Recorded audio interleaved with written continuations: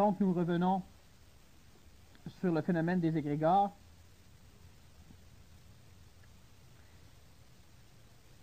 Je rappelle que le problème de l'égrégore, de la création des égrégores, c'est que l'homme qui crée s'évertue à servir ses créatures.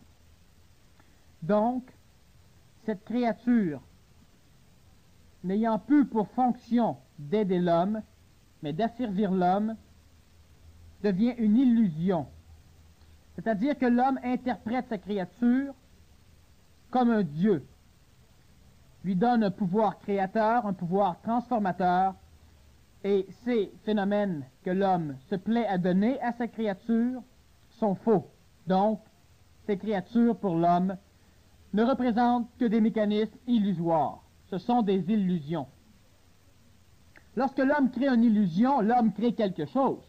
L'homme ne crée pas simplement une idée qui se perd quelque part dans la brume de l'astral. Lorsque l'homme crée une illusion, l'illusion, elle est aussi réelle qu'un marteau. Sauf que si le marteau, on le croit capable de couper des planches, de dévisser des vis, on vit dans l'illusion. Mais le marteau existe. Lorsque l'homme crée un égrégore, l'égrégore est là. Sauf que si l'homme lui donne des qualités, un caractère qui n'est pas propre à l'égrégore, mais propre à la vision de l'homme, l'homme voit une illusion. L'homme est dans l'illusion. Malgré que l'illusion est illusoire, elle est réelle.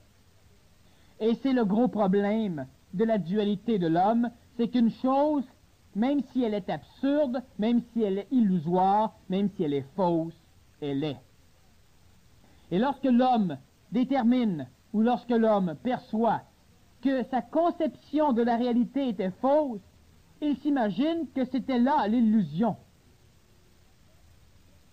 Sa conception, elle était vraie, mais elle était une interprétation de la réalité. Et ce mécanisme est l'illusion. L'illusion qui est une interprétation de la réalité, donc l'illusion qui est une réalité qui est limitée à la perception d'un seul individu à la fois. La réalité est un mécanisme, est un phénomène qui peut être vécu par tous les individus à la fois, alors que l'illusion ne peut être vécue ou perçue par un seul à la fois. L'égrégore, créer un égrégore, est-ce que c'est créer des illusions? Non. Interpréter l'égrégore et lui donner des qualificatifs qu'il n'a pas, c'est là l'illusion. Avoir peur de l'égrégore, c'est être dans l'illusion. Est-ce que l'égrégore peut nous causer des problèmes? Évidemment. Lorsqu'on a peur de lui, lorsqu'on décide d'être son esclave, il ne décide pas d'être le maître. Il est le maître.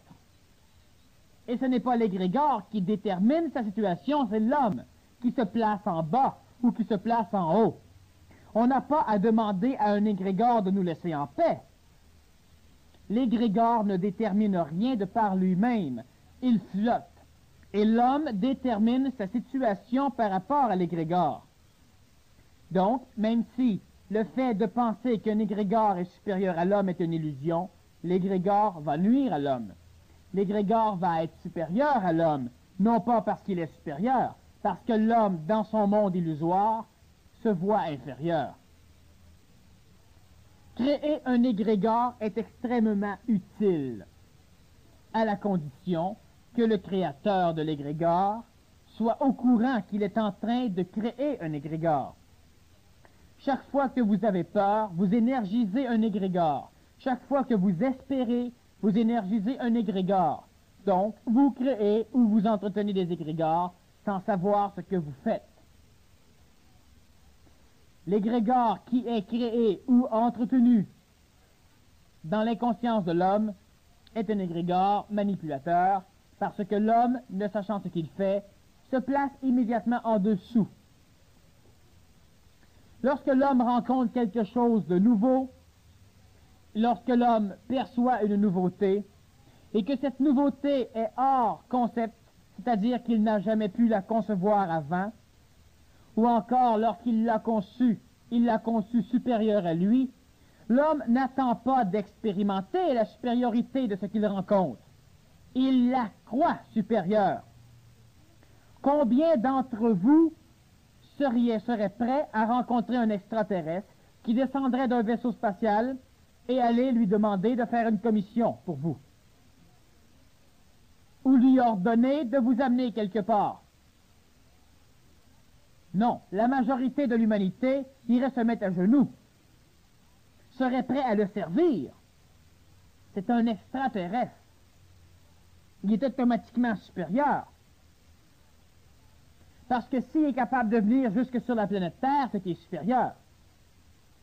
De même qu'une personne qui habiterait la Lune ou qui habiterait Vénus, lorsqu'elle voit un satellite ou lorsqu'elle voit des terriens sur la Lune, elle pourrait se dire que c'est un peuple extraordinairement pacifique, que c'est un peuple qui ne veut que le bien et qui vient sur la Lune pour aider les Luniens. Par contre, ce peuple n'est pas ce que la personne de la Lune pourrait croire. Ce peuple n'est pas ce que la personne sur Vénus pourrait croire. L'homme est sur la planète Terre. Lorsqu'un extraterrestre parvient sur la planète Terre, il y parvient après l'homme. L'homme l'a devancé. Et l'homme l'a devancé non seulement au niveau de la matière, mais au niveau de plusieurs autres phénomènes vibratoires.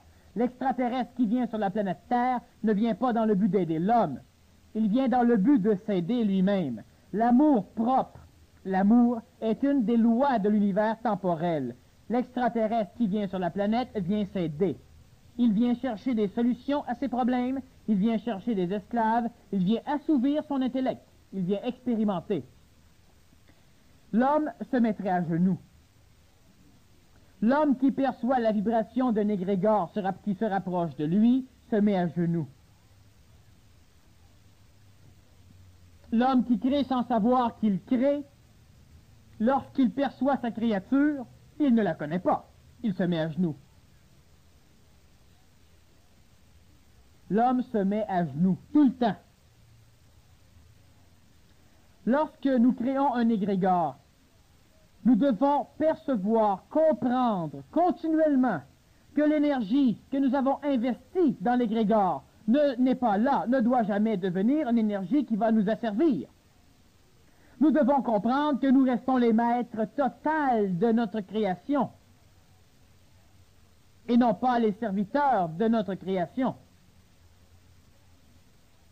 Maintenant, lorsque nous créons un égrégore, nous devons répondre de ce que nous créons. Nous appelons cela être conséquentiel de nos créations, de nos actes, donc nous sommes régis par le karma. On ne crée pas un égrégore seulement dans l'intention qu'il vienne nous servir pour nous donner plus de possessions matérielles, pour nous donner plus de satisfaction égoïque, pour revenir énergiser notre ego. Nous devons créer un égrégore que si cela est intelligent, donc utile, et utile parce que écologique ou conséquentiel. Nous ne créons pas un égrégore dans le but de perturber ce qui est déjà. Nous pouvons créer un égrégore dans le but d'énergiser ou d'améliorer par le biais des lois déjà présentes ce qui est déjà. L'humanité, prochainement, devra commencer à énergiser l'astral avec des énergies mémorielles supramentales. Dans l'antique Antiquité, nous avons eu des personnages qui sont venus sur le plan planétaire et qui ont commencé à créer des égrégores. Ils ont formé des religions, ils ont formé l'alchimie, ils ont formé des sociétés secrètes qui réunissaient les personnes sous le même effigie. Et l'égrégore est souvent transmis, représenté, appelé par un symbole, par une forme ou par une parole magique, un rituel. Nous avons eu des personnes qui ont créé des égrégores de façon à orchestrer l'évolution d'une particularité humaine, d'une parcelle de l'humanité qui avait un taux vibratoire suffisant pour pouvoir servir l'évolution de l'homme en se servant de l'égrégore créé à cette intention. Lorsque nous parlons des deux ordres les plus grands qui ont évolué sur le plan planétaire après l'Atlantide, lorsque nous parlons de la franc-maçonnerie et de l'ordre de la Rose-Croix, nous nous adressons à deux formes égrégoriennes d'une immensité énergétique incroyable. La même personne est à l'origine de ces deux énergies égrégoriennes. La même personne a créé les deux égrégores qui ont permis d'unir différentes personnes, qui ont permis d'unir des personnes régies par des mécanismes extrêmement intelligents et d'autres personnes régies par la soif de l'intelligence, les êtres de lumière. Ces deux ordres égrégoriens ont formé des ordres matériels qui ont été connus sous l'ordre de la franc-maçonnerie et de l'ordre de la Rose-Croix. Lorsqu'un ordre égrégorien, lorsque une mission égrégorienne arrive à sa fin, elle doit être détruite. Elle sera détruite ou elle pourra servir de base en étant transmutée, ce qui revient au même que détruit, au nouvel égrégore qui pourra permettre la poursuite de l'avancement de l'évolution de ceux qui sont en affinité avec ces vibrations. Lorsque les égrégores de ces deux sociétés secrètes ont été créés, les personnes qui pouvaient s'y relier s'y sont reliées. Maintenant, un égrégore peut être créé dans l'ésotérisme de l'astral, c'est-à-dire qu'on ne s'en sert pas dans le plan matériel. Présentement, l'égrégore du Verseau est déjà en formation, il est créé. Mais l'homme ne le connaît pas, c'est-à-dire que l'homme n'a aucune relation avec cet égrégore qui est présentement énergisé par 2, 3 ou 4 entités à l'échelle de la planète. Pour que l'homme puisse entrer en relation avec l'égrégore supramental de l'astral, il doit lui-même faire énergiser son propre égrégore. Pour que l'homme arrive à une énergisation égrégorienne suffisante pour qu'elle puisse se relier à l'égrégore supramental astral déjà existant, l'homme humain, présentement, devra se relier, devra se réunir entre lui-même. C'est-à-dire qu'un individu ne sera pas suffisamment puissant, c'est-à-dire qu'il devra prendre beaucoup de temps pour arriver à énergiser d'une façon correcte un égrégore supramental ou astral, de façon à le mettre en relation avec l'égrégore du Verseau. Présentement, vous avez poissonniquement l'idée de l'homme du Verseau, mais vous n'en avez pas la vibration. Votre vibration Verseau va apparaître seulement lorsque votre ego poissonnique va être dynamisé, va être vibré, va être augmenté en vibration par l'ego égrégorien du Verseau. Lorsque l'homme se réunira et qu'il commencera à construire l'égrégore du Verseau parce qu'il en verra l'intelligence, parce qu'il comprendra l'utilité de cet égrégore, il pourra créer l'égrégore du Verseau et celui-ci ira immédiatement relier les personnes reliées à l'égrégore avec l'égrégore supramental déjà créé par ces 2, 3 ou 4 entités. L'homme pénétrera dans l'ère du Verseau lorsque sa psychologie sera celle du Verseau. Présentement, la psychologie de l'homme est une psychologie poissonnique, une psychologie poissonnique fuyante. L'homme veut vivre l'ère du Verseau parce que l'homme est écœuré de l'ère du Poisson. L'homme ne veut pas l'ère du Verseau parce qu'il perçoit l'intelligence de la transformation, parce qu'il perçoit l'intelligence du changement. L'homme veut vivre l'ère du Verseau parce que l'homme est écœuré de l'ère du Poisson.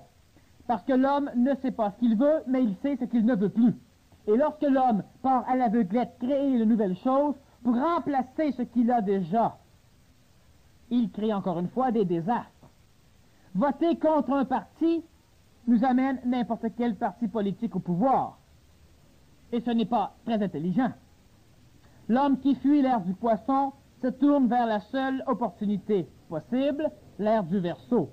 Alors qu'il n'en comprend même pas les fondements, alors qu'il n'en comprend même pas l'intelligence. Et l'homme qui a une psychologie du Poisson fuyante ne peut pas pénétrer dans la psychologie du Verseau. Cette transformation peut être faite par l'homme du poisson qui devra comprendre les mécanismes antérieurs à sa naissance. Avant de créer un égrégore du Verseau, l'homme se doit de comprendre les égrégores du poisson. L'homme se doit de comprendre l'intelligence de la manipulation antérieure. L'homme se doit de comprendre l'intelligence de ce qui le limitait, ce qui l'a empêché d'être détruit. Parce que si l'homme ne veut pas comprendre ce qui s'est passé, il va simplement recréer les mêmes phénomènes dans son avenir. Recréer un égrégore du Verseau pour pouvoir mettre notre espoir dans l'égrégore du Verseau, c'est recréer un égrégore du Poisson. Créer un égrégore du Verseau pour pouvoir s'en remettre, pour pouvoir dire que quand j'ai des problèmes, je me relie à cet égrégore du Verseau et qu'il vient m'aider. Il va venir vous aider. Mais vous allez simplement empêcher l'évolution de l'égrégore. Autrement dit, il vient vous aider parce que vous le détruisez. Lorsque l'égrégore doit être détruit parce qu'il a une utilité dans le plan de la matière, il va être détruit. Lorsque l'homme se relie en communauté, lorsque l'homme, en communauté, crée un égrégore nouveau, et lorsque quelques individus de la communauté se servent pour leur propre fin astrale et égoïque de cet égrégore nouvellement créé, ils le détruisent, mais non pas pour servir le but de l'égrégore, le but de la création de l'égrégore, mais ils se servent de l'énergie de l'égrégore supramentale astrale pour leur propre fin astrale. Ces personnes sont régies par la loi du karma, et les personnes qui acceptent dans leur groupe des individus qui puisent, qui sucent l'énergie de l'égrégore à leur propre fin, sont aussi régis par le karma. Autrement dit, lorsqu'il sera le temps de créer un égrégore du Verseau, les personnes qui ne seront pas aptes à se servir de l'égrégore du Verseau pour ce qu'il est créé devront être bannies du groupe.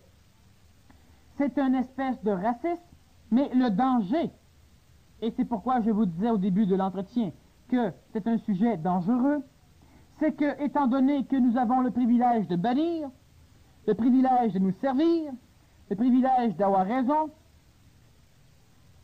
on fonde facilement une secte et une religion. Et on est encore une fois perdu.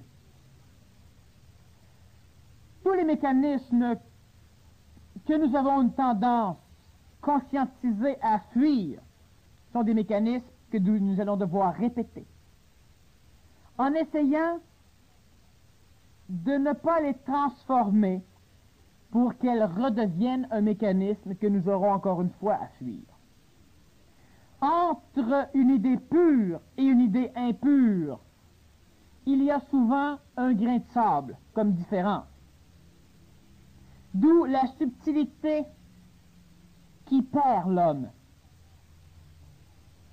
Il n'y a pas grand-chose entre une vérité et un mensonge. C'est ou ce n'est pas. Dans la vérité, il y a un grain de sable, ce n'est pas la vérité. L'égrégore qui est créé peut servir. Le moindrement qu'un grain de sable vient s'immiscer dans l'intelligence de la création de l'égrégore, nous avons une nouvelle religion, une nouvelle secte, une nouvelle société secrète poissonnique. Et le danger entre l'un et l'autre, la différence entre l'un et l'autre, est tellement minime que la majorité des individus tomberaient dans l'ère poissonnique avec leur sac à dos du Verseau sans jamais s'en rendre compte. Lorsque l'homme sera suffisamment prêt pour vouloir se réunir de façon à créer un égrégore du Verseau, il sera aidé par différentes formes d'intelligence qui lui permettront de ne pas tomber dans l'ère du poisson. L'homme est suffisamment faible au niveau égoïque, dans sa connaissance, dans sa conscience, que s'il n'était pas aidé par une énergie intelligente, un catalyseur melchisédien, l'homme ne serait pas capable de créer l'ère du Verseau. L'homme resterait dans un prolongement de l'ère du Poisson. Donc, si l'homme n'était aidé, il ne pourrait se rendre compte de l'erreur qu'il commettrait en créant et en se servant malencontreusement de l'égrégore du Verseau. Cela est impossible. Ceux qui commenceront à travailler l'égrégore du Verseau en groupe et non pas seuls, ce sont des personnes qui pourront pénétrer dans le Verseau. La condition, elle est extrêmement minime. Les personnes, et c'est pourquoi je vous dis que ce n'est pas encore le temps, c'est le temps d'en parler, on commence collectivement en parlant et en écoutant à créer cet égrégore, mais on ne le crée pas de façon à ce qu'il puisse nous servir, du moins pas encore. Le gros danger, c'est que le groupe, je le répète, doit exclure inconditionnellement toutes les personnes qui voudront se servir de cet égrégore à leur fin propre. Donc, le groupe se voit fermé. Le groupe étant fermé, de quelle façon acceptera-t-il de nouvelles personnes? Car lorsque je parle d'un groupe, je ne parle pas de 15, 20, 30 personnes. Cela est un début. Mais plusieurs petits groupes de 15, 20, 30 personnes vont faire leur début. Mais lorsque le groupe sera d'1 million, 2 millions de personnes, ce sera plus compliqué. Mais pour que ce groupe arrive à être à une échelle de millions, les petits groupes qui vont commencer ne devront jamais tomber dans la religion, ne devront jamais tomber dans le sectarisme, ne devront jamais revenir dans l'ère du poisson.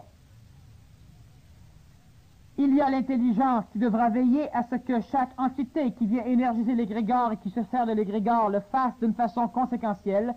Sinon, les êtres qui commenceront à créer cet égrégore devront se contenter de l'énergiser, mais ils ne pourront pas s'en servir. Tant qu'ils n'auront pas l'intelligence de savoir quoi faire. Tant qu'ils n'auront pas l'intelligence de comprendre ce qu'ils devront faire. L'égrégore ainsi créé, qui ne sert pas l'homme, peut asservir l'homme. Et c'est encore une fois un grand danger. La personne qui crée l'égrégore, et le problème, c'est un problème religieux. Une nouvelle religion du Verseau. Et cette nouvelle religion du Verseau ne doit pas voir le jour. Elle ne doit pas voir le jour parce que ce serait un frein à l'avancement de l'homme. Une religion, c'est se relier. Religares du mot. Et se relier à Dieu. Et ce Dieu est un nom bien bâtard que l'on donne à notre création. Et lorsque l'homme essaie de se relier à ce qu'il a créé, c'est qu'il a perdu le contact avec ce qu'il a créé. Et lorsque l'homme perd le contact avec ce qu'il a créé, de par sa psychologie planétaire, il se croit inférieur à ce qu'il découvre après.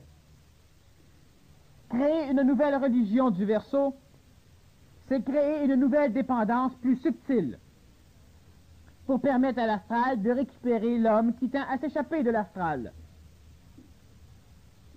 Dieu, ou l'énergie intelligente, n'a pas besoin de fidèles. L'homme veut être fidèle parce qu'il s'imagine que l'égrégore, que le Dieu dans le ciel, pourra le servir plus s'il lui le sert plus. L'égrégore se sert de l'homme et il ne sert pas l'homme. Tant que l'homme n'a pas décidé qu'il était le maître. Et lorsque l'homme est capable de se redresser et de devenir un homme, de devenir le maître de ses créatures, il est digne d'être le serviteur des énergies intelligentes. Tant que l'homme préfère servir ses créatures au lieu de servir les énergies intelligentes n'ont rien à faire avec l'homme. Et l'homme doit découvrir, l'homme doit se rendre compte, l'homme doit s'imposer à ses créatures. L'homme qui s'impose à l'homme ne s'impose pas à ses créatures, il s'impose à quelqu'un de similaire à lui. Vous devez vous imposer à vos illusions. Vous devez vous imposer à vos peurs. Vous devez vous imposer à vos désirs. Vous devez être les maîtres de vos créations. Cela veut dire être soumis à la tentation et sortir vainqueur parce que vous êtes le maître. L'homme doit être son seul maître. Et l'homme doit être aidé par l'univers comme il a besoin d'être aidé par l'univers. L'homme sera aussi puissant qu'il a besoin de l'être. L'homme sera aussi fort qu'il a besoin de l'être. L'homme sera aussi bien portant qu'il a besoin de l'être, et non pas comme il désire être. L'homme qui crée un égrégore du Verseau a un grand danger, celui de tomber dans une religion du Verseau. Et cette religion, elle ne doit pas voir le jour. Les religions poissonniques qui vont tendre à s'étirer dans le Verseau ne sont aucunement dangereuses. Elles sont là pour permettre aux hommes et aux femmes qui n'ont pas encore atteint le niveau de vibration leur permettant de percevoir clairement ce qu'ils font, de pouvoir expérimenter de façon à ce que leurs yeux s'ouvrent à un moment donné. Donc, nous n'avons pas à lutter contre les religions existantes. Vous avez à lutter contre vos croyances. Vous avez à lutter contre vos peurs, vos foi, vos désirs. Et quand je dis lutter, je veux simplement dire que vous êtes les maîtres. Vous ne devez pas lutter. En réalité, vous devez gagner. Cela veut dire que vous devez vous imposer. Et je répète que vous vous imposez à vous, et non pas à d'autres entités humaines. Vous ne pouvez pas encore vous imposer aux événements. Cela va venir à un moment donné. Vous allez aussi être les maîtres de vos événements. Mais vous devez commencer par la base. Vous devez vaincre, vous devez gagner. Il n'y a pas d'essai en ésotérisme. On fait une chose ou on ne la fait pas. L'homme ne la fait pas. L'on doit gagner, s'imposer. L'homme est son maître. Et l'homme est le maître de ses créatures. Sur la planète, il n'y a rien de supérieur à l'homme. Et il n'y a rien qui se prenne aussi bas que l'homme. L'homme est ce qu'il y a de plus évolué sur la planète. Une entité mémorielle supramentale est inférieure à l'homme parce qu'elle a besoin de l'homme pour être exprimée, parce qu'elle a besoin de l'homme pour expérimenter. L'homme est la seule entité planétaire terrestre qui cumule en lui l'énergie de la matière, l'énergie de la vie, l'énergie de la psychologie et l'énergie du mental. Ce n'est pas parce que l'homme découvre une énergie mentale supérieure à la sienne qu'il doit s'agenouiller. L'homme saura reconnaître une entité supérieure que lorsque cette entité supérieure aura un corps physique humain, une énergie vitale humaine, une énergie psychologique lui permettant de découvrir les choses qui sont belles et d'apprécier les formes d'harmonique qui sont supérieures. Une énergie mentale lui permettant d'être conséquentielle dans tous ses actes. Et une énergie supramentale lui permettant de vivre hors expérience. Là, oui, l'homme vient de rencontrer quelqu'un de supérieur. Et l'homme ne doit pas se mettre à genoux, parce que cet être supérieur ne recherche pas quelqu'un qui se met à genoux. Il irait au Bangladesh. Il irait dans les pays sous-développés. Il ne présenterait pas la face dans un pays industrialisé où l'homme tend à se conscientiser. Et plus nous aurons d'hommes debout, plus facile sera l'évolution. Et plus rapide sera le contact entre les énergies extraplanétaires, supramentales et l'homme. Créer un égrégore, c'est créer la possibilité. Créer une possibilité pour que notre ego, pour que notre expérience poissonique, notre expérience du passé, puisse lentement se transformer, s'énergiser en expérience du Verseau. Donc, l'homme devra perdre ce qu'il a comme expérience et devenir un nouvel homme. Un nouvel homme n'apparaît pas parce qu'il a le désir d'apparaître. Il apparaît lorsqu'il est nouveau. Ce n'est pas parce que l'homme désire être en paix qu'il est en paix. L'homme est en paix lorsqu'il est en paix. L'homme nouveau n'apparaîtra pas parce que l'homme ancien désire être nouveau.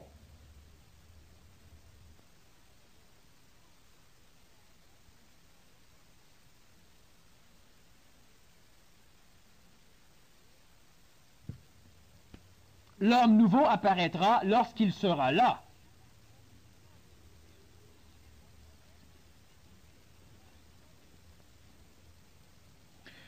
De temps en temps, et de plus en plus rapidement, l'homme va commencer à créer cet égrégore du Verseau.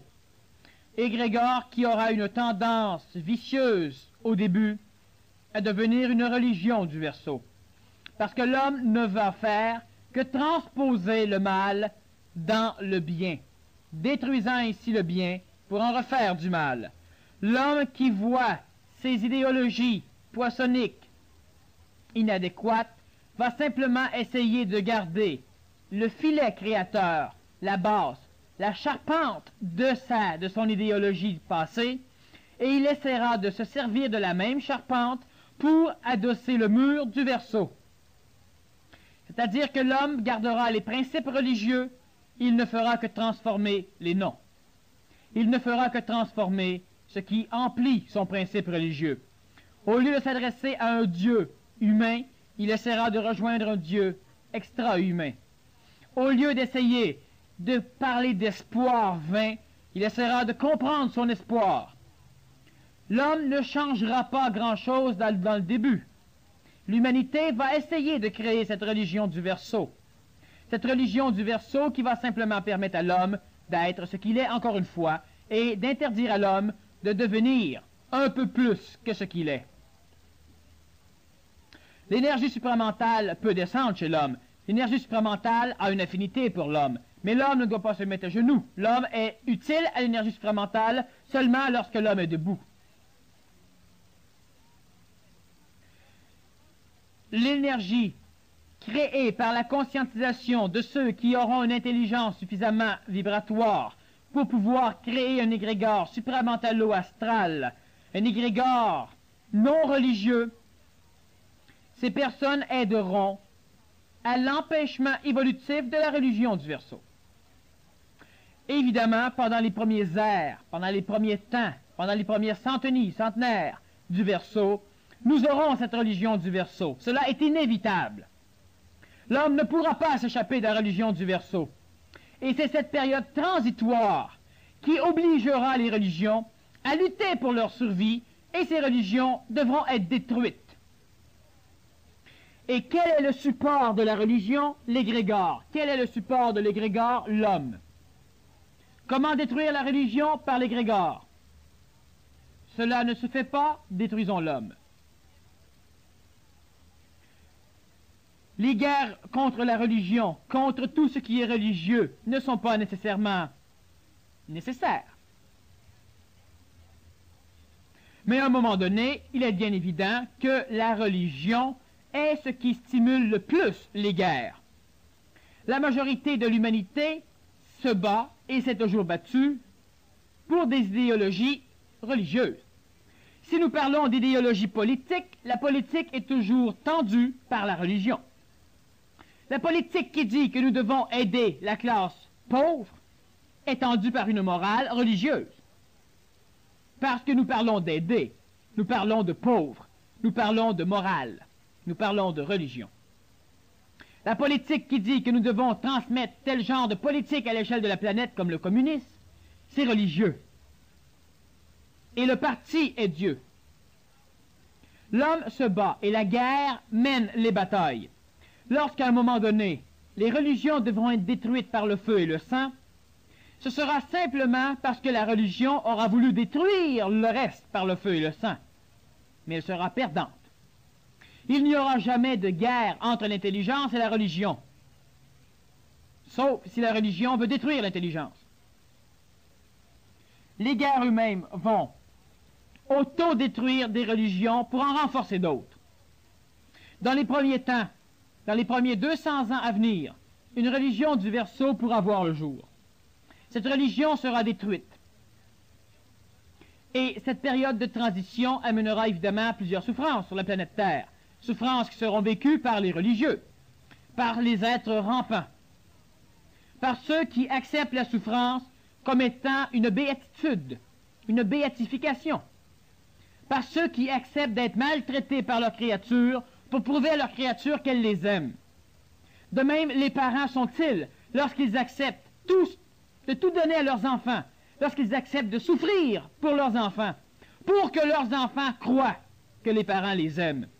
Et ils refuseront toujours et continuellement de devenir les maîtres des enfants, de peur que les enfants fuient, disparaissent et disent que leurs parents ne les aiment pas. Ce sont des parents rampants.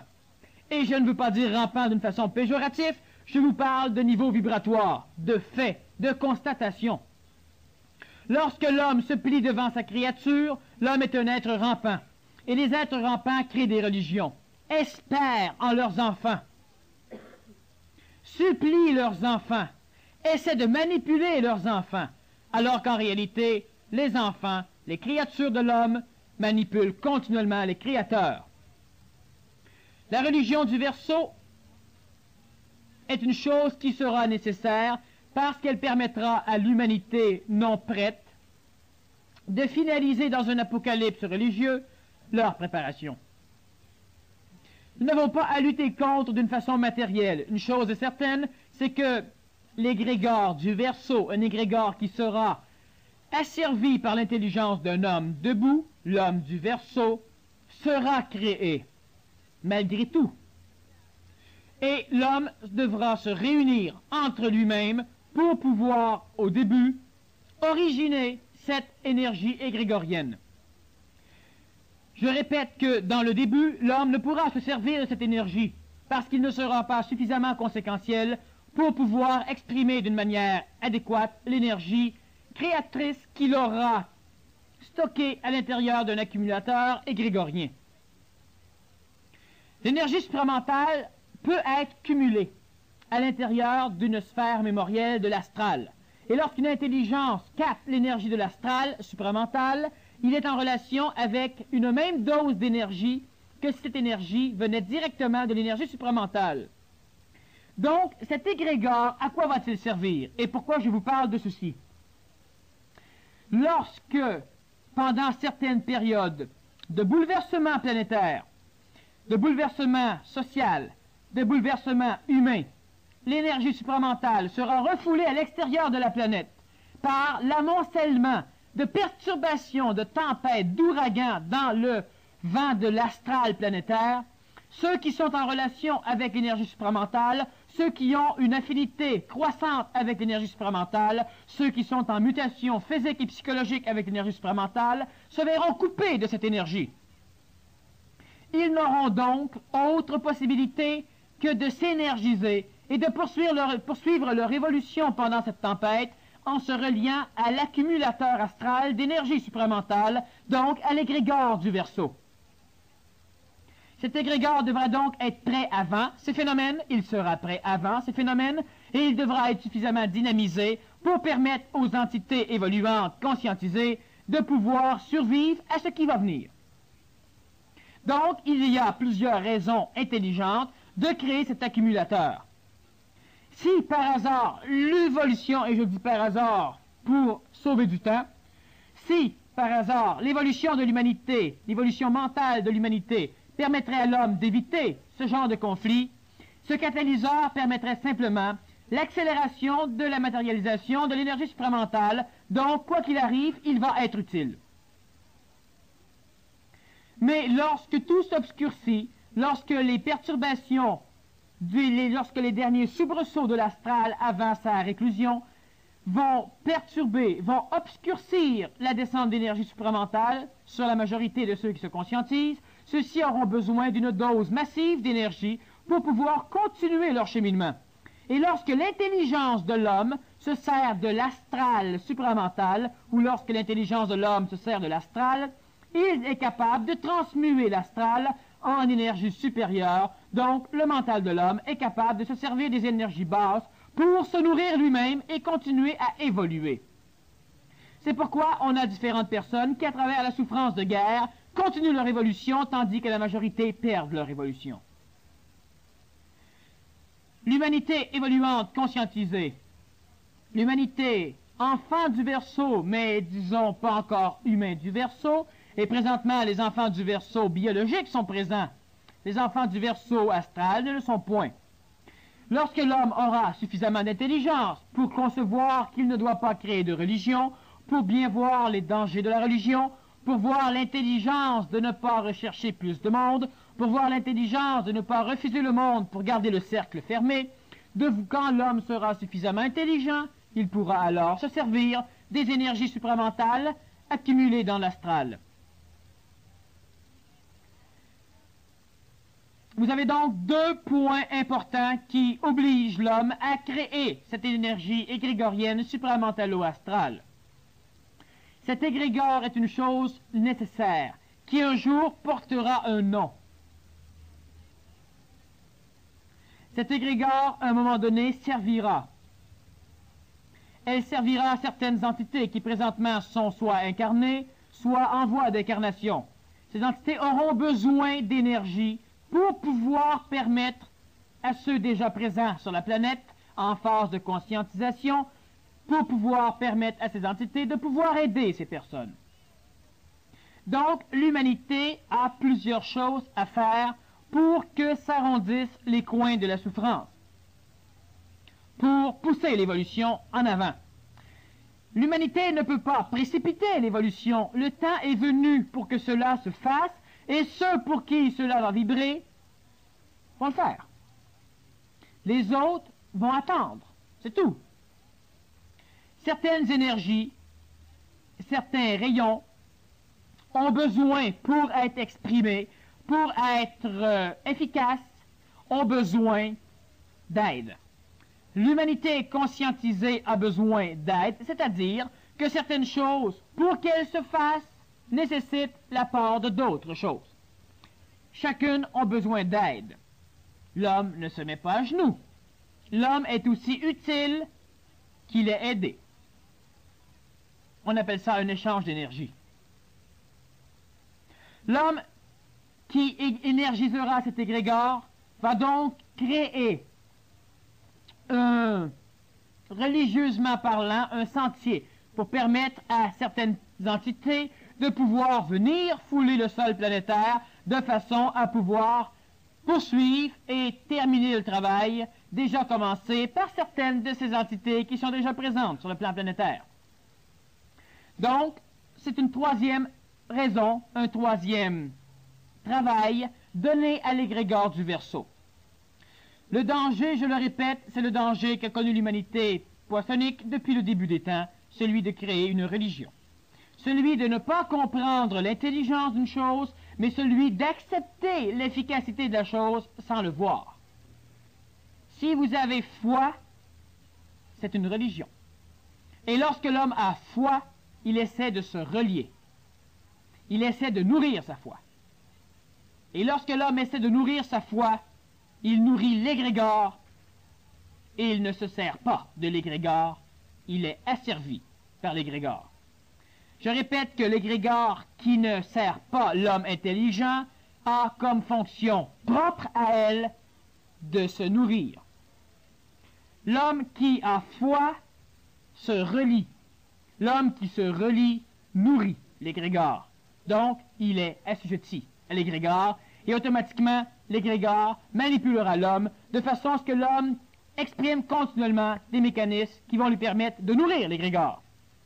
L'astral planétaire, qu'est-ce qu'elle fait? Elle vous met en colère, la colère étant exprimée, la colère nourrit l'astral colérique. L'astral planétaire vous manipule continuellement de façon à ce que vous exprimiez dans l'astral des énergies qui nourrissent ces contextes. Donc, vous êtes asservi, vous ne vous servez pas. La religion du Verseau sera une tangente poissonique mélangée à l'égrégore du Verseau, créée par l'intelligence. Elle sera détruite, mais l'homme qui travaille à la conscientisation de cet égrégore, l'homme qui travaille à l'énergisation de cet égrégore, doit se surveiller de façon à ne pas venir grossir le rang des religieux, de ceux qui auront la foi en l'égrégore. Plusieurs choses vous ne connaissez pas. Lorsque vous créez quelque chose, lorsque vous énergisez quelque chose, vous pouvez être vous-même surpris par ce que vous allez faire. Étant surpris par ce que vous faites, vous croyez que c'est quelque chose d'autre qui l'a fait. Et vous vous agenouillez. Il est bien évident que chez l'homme, ce n'est pas l'ego qui fait quelque chose. Présentement, ce n'est pas moi qui parle. Et ce n'est pas moi non plus qui fais différentes choses que j'ai le pouvoir, disons, de faire. C'est par mon intermédiaire que cela se fait. Et présentement, celui qui parle, c'est mon ego. Et moi, l'ego, je sais que moi, je ne fais rien. Et moi, l'ego, je sais que moi, j'ai aucun pouvoir. Mais moi, l'ego, je sais par contre que lorsque je remets ces pouvoirs intelligents entre les mains de ce que j'ai créé, je perds. Moi, étant l'ego, j'ai toujours eu l'impression que je faisais. Ou j'étais manipulé par mes créatures, ou j'étais manipulé par Dieu. Manipulé par Dieu ou manipulé par les énergies intelligentes, je l'accepte. Manipulé par les énergies aberrées, mes créations, je ne peux plus l'accepter. Et je sais, moi, l'ego, que ce n'est pas moi qui fais. De ce fait, je n'ai jamais peur. De ce fait, je n'ai aucune inquiétude. De ce fait, je ne m'en fais pas. Par contre, l'homme, non pas l'homme psychologique, non pas l'homme égo, l'homme. La relation existante entre le mental, l'astral, le vital et le physique, l'homme. Lui fait. Et lorsque l'homme fait, l'ego laisse faire le mental, ou l'ego laisse faire le vital pour guérir, ou l'ego laisse faire le supramental. Moi, en tant qu'homme psychologique, je ne peux rien faire. Mais ce n'est pas une raison pour que l'homme en entier vienne se mettre à genoux devant ma créature, parce qu'une partie de l'homme, l'ego psychologique, se sent inférieur. L'homme doit être son maître et l'homme est le maître. Il ne faut pas seulement le dire d'une façon égoïque, encore faut-il être le maître. Et être le maître, ce n'est pas un désir, c'est une affirmation qui exprime une chose actuelle et non pas potentielle. Seul le mental peut permettre à l'homme de dire qu'il est le maître. Parce que seul le mental voit l'intelligence de la manipulation. Seul le mental accepte donc d'être manipulé par le supérieur et accepte d'être le manipulateur de l'inférieur, ce que l'homme n'accepte pas. L'homme ne veut pas être le maître de ses créations, l'homme préfère créer et se soumettre. Le mental de l'homme va se relier à l'énergie supramentale. Le mental de l'homme va être capable d'exprimer par l'intermédiaire de la parole un égrégore, une forme d'énergie supramentale qui sera mémorisée dans l'astral. Je vous ai donné trois fonctions de cet égrégore. Il y en a d'autres. Possiblement qu'à un moment donné, nous allons y revenir. Sachez simplement que ces trois fonctions de l'égrégore du Verseau, créées et manipulées par l'intelligence mentale de l'homme, sont essentielles, sont vraies et vont être vérifiées. En dire plus sur l'égrégore serait risqué présentement, étant donné que l'homme qui écoute, que vous avez besoin d'une période d'assimilation, serait risqué d'énergiser la religion du Verseau. De temps en temps, l'homme conséquentiel, ou l'homme qui évolue, l'homme qui se conscientise, a des petites bribes de manipulation égoïque, et il aimerait en savoir plus. L'homme qui évolue par l'intermédiaire de son ego ne recherche pas le repos, sauf quand il est dépassé. Tout à l'heure, vous avez eu une période de repos qui était, à mon sens, nécessaire. Je ne peux pas continuellement exprimer des choses qui, à un moment donné, pourraient finir par vous embrouiller. Déjà que la majorité d'entre vous ne peuvent pas percevoir et je ne dis pas ça pour rabaisser votre ego, je parle à votre mental, la majorité de votre mental ne peut pas percevoir 1/10 de ce que j'ai dit aujourd'hui. C'est-à-dire qu'intellectuellement, vous pouvez comprendre certaines choses. Par contre, dans la réalité même des faits, cela n'est pas vivant pour vous. Vous devez avoir une période d'assimilation, une période où les vibrations qui sont présentement placées dans votre astral, ce que vous avez appris, compris, ce que vous avez entendu, puissent par l'intermédiaire de votre mental